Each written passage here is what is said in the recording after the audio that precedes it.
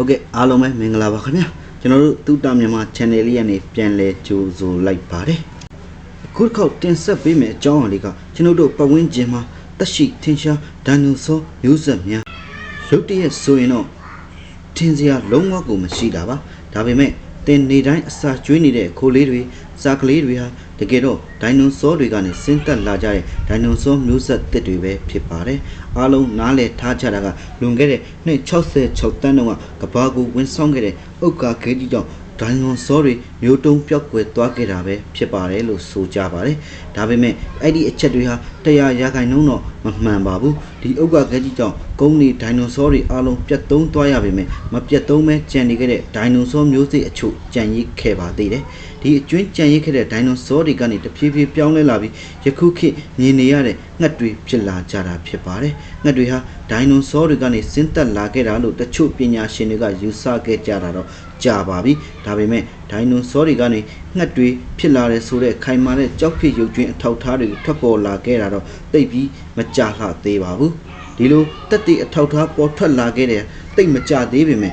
လွန်ခဲ့တဲ့ဆယ်စုနှစ်ပေါင်းများစွာအတွင်းပြုလုပ်ခဲ့တဲ့သူတေသနအားလုံးကအထောက်ထားတွေကိုပေါင်းစပ်ကြည့်လိုက်တဲ့အခါမှာတော့ဒိုင်နိုဆောတွေကနေငှက်တွေဆင်းသက်လာတဲ့ဆိုတာပညာရှင်များစုကလက်ခံယုံကြည်နေကြပါပြီဖြစ်ပါတယ်။အရင်တစ်ချိန်ကဒိုင်နိုဆောတွေကိုဖွတ်တို့ပဒတ်တို့လိုတွားတတဝါအကြီးစားတွေလို့တော့မှတ်ယူခဲ့ကြပါတယ်။ဒါပေမဲ့အခုချိန်မှာတော့ပညာရှင်တွေကဒိုင်နိုဆောတွေဟာသူ့ဟာသူထူးခြားတဲ့ဝိသေသနလက္ခဏာတွေပိုင်ဆိုင်တဲ့တတဝါတွေဖြစ်တယ်ဆိုတာလက်ခံထားကြပါတယ်။ဒိုင်နိုဆောတခစ်စန်းချိန်အခုကာလကိုကြောက်ဖြစ်ရုပ်ကျွင်းပညာရှင်တွေကဒိုင်နိုဆောတခစ်စန်းချိန်လို့တင်စားခေါ်ခဲ့ကြပါတယ်။ဒီလိုခစ်စန်းဟာ1960ပြည့်နှစ်တွေတဝိုက်မှာဒိုင်နိုဆောခေတ်လို့ခေါ်တဲ့အသားစားဒိုင်နိုဆောငယ်လေးတွေကြောက်ဖြစ်ရုပ်ချင်းရှာဖွေတွေ့ရှိချိန်ကစခဲ့ပါတယ်။ဒီဒိုင်နိုဆောဟာလွန်ခဲ့တဲ့နှစ်ပေါင်း115တန်းခန့်ကတက်ရှင်နေထိုင်ခဲ့တာဖြစ်ပါတယ်။ဒီဒိုင်နိုဆောမှာယနေ့ခေတ်ငှက်တွေနဲ့တူညီတဲ့အချက်အများကြီးကိုတွေ့ရပါတယ်။နောက်ပြီးဒီကောင်လေးဟာအလွန်လျင်မြန်စွာလှုပ်ရှားသွားလာနိုင်တာကိုလည်းတွေ့ရပါတယ်။သူဟာဉာဏ်ရည်မြင်သွားပြီးအုပ်စုဖွဲ့ကျက်စားကြတယ်လို့ယုံကြည်ကြပါတယ်။နောက်ထပ်တွေ့ရှိတဲ့ကြောက်ဖြစ်ရုပ်ကျွင်းတွေနဲ့ထူးခြားတဲ့အချက်လက်တွေကဒိုင်နိုဆောတွေငှက်တွေရဲ့ဆက်ဆက်မှုကိုထောက်ခံနေပါတယ်။ငှက်တွေမှာတွေ့ရတဲ့ထူးခြားတဲ့ခန္ဓာကိုယ်ဖွဲ့စည်းတည်ဆောက်ပုံနဲ့အမှုကျင့်တွေကိုဒိုင်နိုဆောတွေမှာတွေ့ကြရပါတယ်။ရှေးဟောင်းဒိုင်နိုဆောကြောက်ဖြစ်ရုပ်ချင်းတွေထဲမှာအံ့အားသင့်စရာအကောင်းဆုံးရှာဖွေတွေ့ရှိမှုကတော့ငှက်မွှေးလိုအမွှေးတွေနဲ့ဖုံးအုပ်ထားတဲ့ဒိုင်နိုဆောကြောက်ဖြစ်ရုပ်ချင်းတူးဖော်တွေ့ရှိမှုပဲဖြစ်ပါတယ်။ဒီလိုတွေ့ရှိမှုဟာသိပ္ပံပညာရှင်တော်တော်များများရဲ့ဒိုင်နိုဆောနဲ့ငှက်တွေဆက်ဆက်မှုပေါ်ရှိထားတဲ့သဘောထားကိုပြောင်းလဲသွားစေခဲ့ပါတယ်။ယနေ့ခေတ်ပညာရှင်တွေဟာအသားစားဒိုင်နိုဆောပုံတွေပြန်ဆွဲကြတဲ့အခါတော်တော်များများကငှက်တွေနဲ့အတော်တူအောင်ဆွဲကြပါတယ်။ဒီပုံတွေကို19ရာစုခေတ်ကဒိုင်နိုဆောသုတေသီတွေကိုတွားပြခဲ့ရင်ရည်ကြမှာပဲလို့ဒိုင်နိုဆောသုတေသီတဦးဖြစ်သူပါမောက္ခပေါ်ပါရိကရှင်းပြထားပါတယ်။ယခုပညာရှင်တွေမြင်တဲ့ဒိုင်နိုဆောပုံသဏ္ဍာန်ဟာ1950ဝန်းကျင်ကသုတေသီတွေမြင်တဲ့ခက်လေးလေးတွားတတဝါတွေပုံနဲ့တော်လေးကိုကွာသွားပါပြီ။အခုမြင်နေရတာတွတ်လက်လက်နဲ့သိလှုပ်ရှားစရာတတဝါတွေအဖြစ်မြင်ရလို့သူကဆက်လက်ရှင်းပြထားပါတယ်။ဒိုင်နိုနီခေတ်မျိုးစိတ်ဝင်ဒိုင်နိုဆောတွေဟာတီရိုပေါ့ခေါ်တဲ့ခြေနှချောင်းထောက်ဒိုင်နိုဆောအမျိုးအစားဖြစ်ပါတယ်။ဒီဒိုင်နိုဆောတွေဟာအသားစားတတဝါတွေဖြစ်ပါတယ်။ဒီအုပ်စုထဲမှာပါဝင်တဲ့ထင်ရှားတဲ့အသားစားဒိုင်နိုဆောကတော့ရုပ်ရှင်တွေရဲ့အမြဲပါလေးရှိတဲ့တီရက်တွေပဲဖြစ်ပါတယ်။ဒါပေမဲ့ငှက်တွေဟာတီရက်တွေကနေဆင်းသက်လာတာတော့မဟုတ်ပါဘူး။ဒီ theory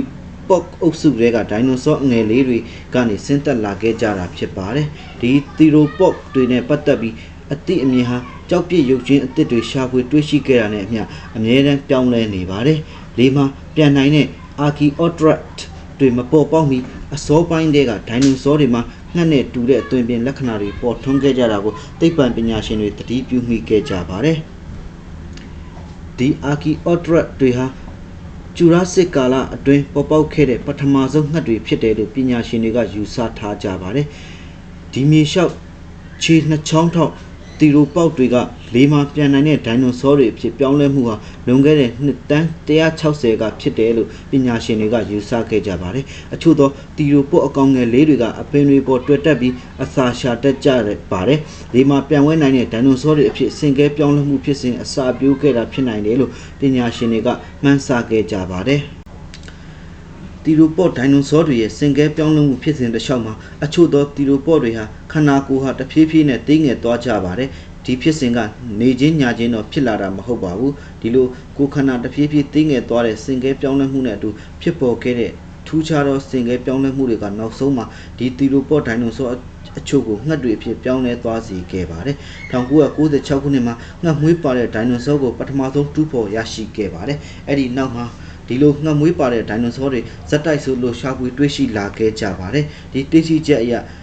ဒိုင်နိုနီးခစ်တွေဟာအရင်ကယူဆခဲ့တယ်လို့မျိုးအကြီးခွန်တွေနဲ့ဖုံးအုပ်ထားတာမဟုတ်ပဲငှက်မွေးတွေနဲ့ဖုံးအုပ်ထားတယ်ဆိုတာတွေ့ရှိလာခဲ့ကြပါတယ်။ရှေ့ကြဆုံးငှက်ကြောက်ဖြစ်ရုပ်ကျွင်းဟာတက်တန်းအဖြစ်နှစ်တန်း150လောက်ရှိပါပြီ။ပထမဆုံးမျိုးဆက်တွေထဲမှာပါဝင်တဲ့ဒီငှက်တွေဟာငှက်မွေးတွေနဲ့ဖုံးအုပ်ထားတဲ့ဒိုင်နိုဆောငယ်စားလေးတွေနဲ့တူပါတယ်။သူတို့ရဲ့ပါးစပ်မှာခြုံထက်တဲ့သွားတွေပါဝင်နေတုန်းဖြစ်ပါတယ်။ဒါပေမဲ့တဖြည်းဖြည်းနဲ့ငှက်တွေရဲ့ပါးစပ်ကသွားတွေပျောက်ဆုံးကုန်ပြီးဒီအစားနှုတ်သီးတွေဖြစ်ပြောင်းလဲသွားပါတယ်။ဒိုင်နိုဆောခေတ်ကုံဆုံးခြင်းဒိုင်နိုဆောတွေကမ္ဘာကိုကြီးစိုးခဲ့တဲ့ခေတ်ဟာနှစ်တန်း140လောက်ကြာမြင့်ခဲ့ပါတယ်။ဒါပေမဲ့လွန်ခဲ့တဲ့နှစ်66တန်းကကမ္ဘာကိုဝင်တိုက်မိခဲ့တဲ့ဥက္ကာပြန်ကြီးကြောင့်ဒိုင်နိုဆောတွေမျိုးတုံးပြောက်ကွယ်ခဲ့ရပါတယ်။ဒါပေမဲ့ဒိုင်နိုဆောအနွယ်ငှက်တွေကတော့ကြံ့ရစ်ခဲ့ကြပါတယ်။အဲ့ဒီကာလနှောင်းပိုင်းနှစ်ပေါင်း66တန်းကာလတွင်ငှက်တွေဟာအသွင်သဏ္ဍာန်မျိုးစုံနဲ့စင်ကဲပြောင်းလဲခဲ့ကြပါတယ်။ယနေ့ခေတ်မှာတော့ကမ္ဘာပေါ်မှာငှက်မျိုးစိတ်ပေါင်း11000ကျော်ရှိနေပြီဖြစ်ပါတယ်။ဒါဆိုဘေးစရာရှိတာကဒိုင်နိုဆောတွေကွက်ပြောက်သွားပေမဲ့ဘာလို့ငှက်တွေကြံနေတာလဲဆိုတာပဲဖြစ်ပါတယ်။ဒီအဖြေကိုသိပ္ပံပညာရှင်တွေအနေနဲ့တိတိကျကျတော့ဖြေပေးနိုင်ခြင်းမရှိသေးပါဘူး။ဒါပေမဲ့ဖြစ်နိုင်ခြေရှိတာကတော့ငှက်တွေရဲ့သိငယ်တဲ့ခန္ဓာကိုယ်အရွယ်အစားအသောက်တိတ်မရွေးပဲအစုံစားနိုင်တဲ့အမူအကျင့်နဲ့လေးပေါ်ပြန်တန်းနိုင်ခြင်းတွေကငှက်တွေကိုဒိုင်နိုဆောကကြီးကနေလွတ်မြောက်အောင်ကူညီပေးခဲ့တယ်လို့ယူဆခဲ့ကြပါတယ်။